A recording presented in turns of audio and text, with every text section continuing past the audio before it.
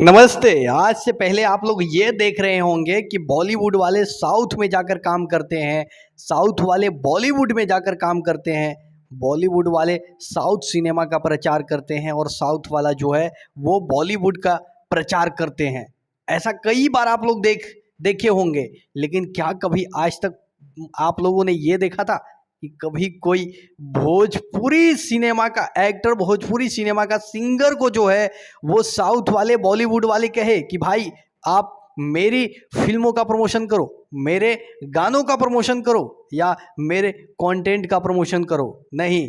तो ये देखिए, पहली बार भोजपुरी इंडस्ट्री में प्रमोशन पवन सिंह ने आदि पुरुष को किया है और इसका जिम्मेवारी बतौर जो है टी सीरीज जो है पवन सिंह को दिया है।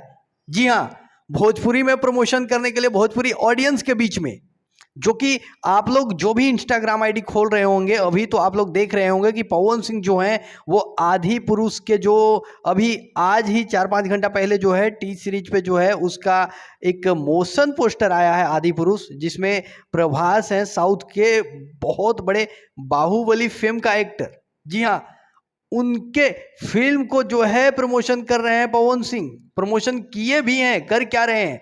तो ये गर्व की बात है कि भोजपुरी इंडस्ट्री को भी उतना ही सम्मान के दृष्टि से लोग अब देख रहे हैं जितना औरों इंडस्ट्री को देखते थे, और पवन सिंह को उतना ही सम्मान मिल रहा है जो कि और इंडस्ट्री के लोगों को मिलता था।